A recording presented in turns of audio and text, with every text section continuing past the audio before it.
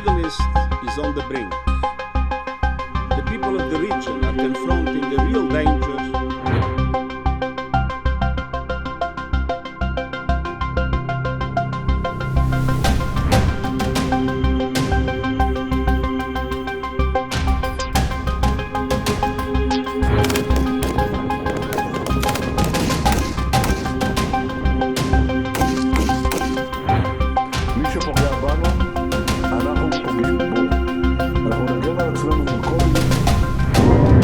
Visuals of Iran's barrage of over 300 drones, ballistic missiles and cruise missiles attacking Israel have pushed global diplomacy, particularly in the Middle East, into chaos.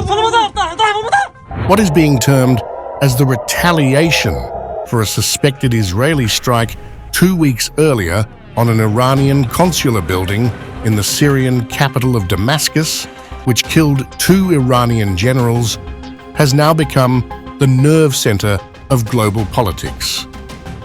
This is the first time Iran has launched a direct military assault on Israel, despite decades of enmity, dating back to the country's 1979 Islamic Revolution. World leaders have been asking an angry Israel to measure its response and practice restraint. The Middle East is on the brink. The people of the region are confronting a real danger of a devastating, full-scale conflict. Now is the time to defuse and de-escalate. Now is the time for maximum restraint. We are working urgently with our allies to de-escalate the situation and prevent further bloodshed. We want to see calmer heads prevail, and we are directing all our diplomatic efforts to that end. We don't want to see a war with Iran. We don't want to see a broader regional conflict. We will do what we have to do to defend Israel.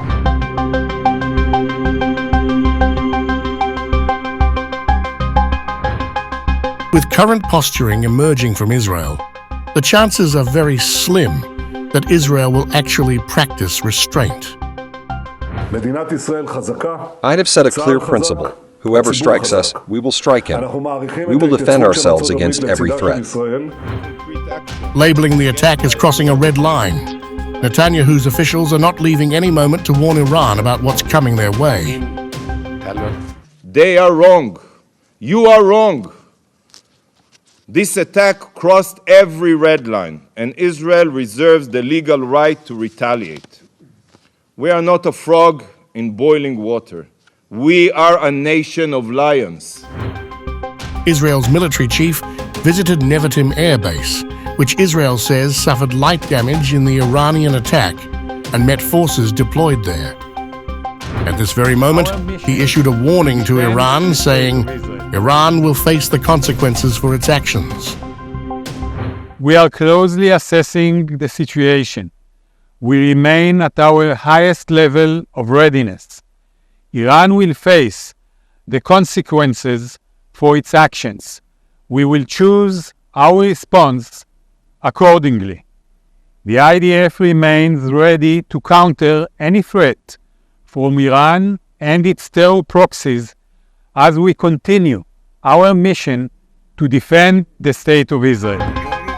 At the time of the attack, in coordination with a US-led coalition of partners, the Israeli military intercepted 99% of the drones and missiles, along with Israel's air defenses and warplanes. But what has kept the world on the edge of its seat is the prospect of what is coming next from Israel's side as it continues to issue threats to Iran.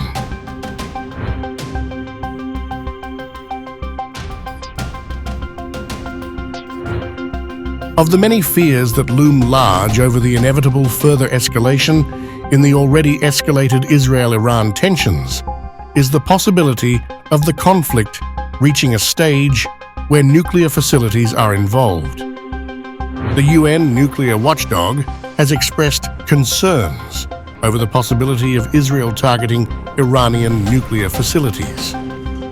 This comes in the wake of Israel's military chief's warning and IDF's display of its prowess. Notably, International Atomic Energy Agency Director General Rafael Grossi said Iran closed its nuclear facilities on Sunday over security considerations. They reopened on Monday, but IAEA inspectors were kept away until we see that the situation is completely calm. A fearful Rafael Grossi didn't shy away from expressing his concerns and urged for extreme restraint. The IAEA regularly inspects Iran's main nuclear facilities.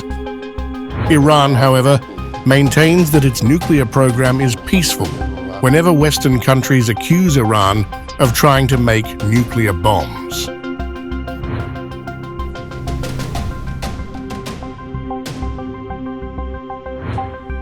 Israel's war cabinet, Benjamin Netanyahu, the Prime Minister, Yoav Gallant, the Defense Minister, and Benny Gantz, a former Defense Minister and centrist Netanyahu rival, have spent the last 2 days deliberating on how to respond to Iran's first ever direct attack on the Jewish state. The important questions on a response are how and when. While statements from Gallant and Gantz have implied that a direct Israeli response to Tehran is not imminent, Netanyahu is yet to make a formal decision. We have an opportunity here to establish a strategic alliance against this serious threat from Iran, which threatens to put nuclear explosives on the heads of these missiles. This thing could be a very serious threat. The U.S., Israel, and its allies stand shoulder to shoulder to defend against this threat. The chief military spokesperson, Daniel Hagari, has made it clear that Israel is keeping its options open.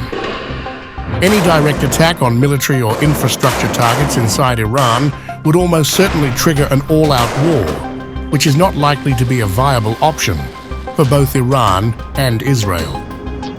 This is where covert actions would come into play that Israel has already used against Iran many times in the past.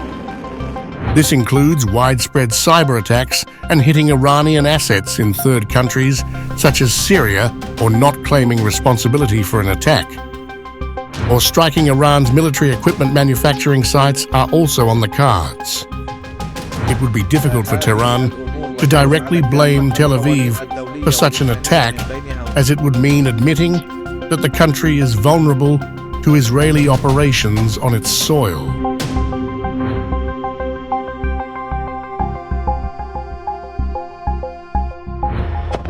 The wider question that surrounds IDF is, could Israel cope with a war with Iran, given it is already fighting in Gaza?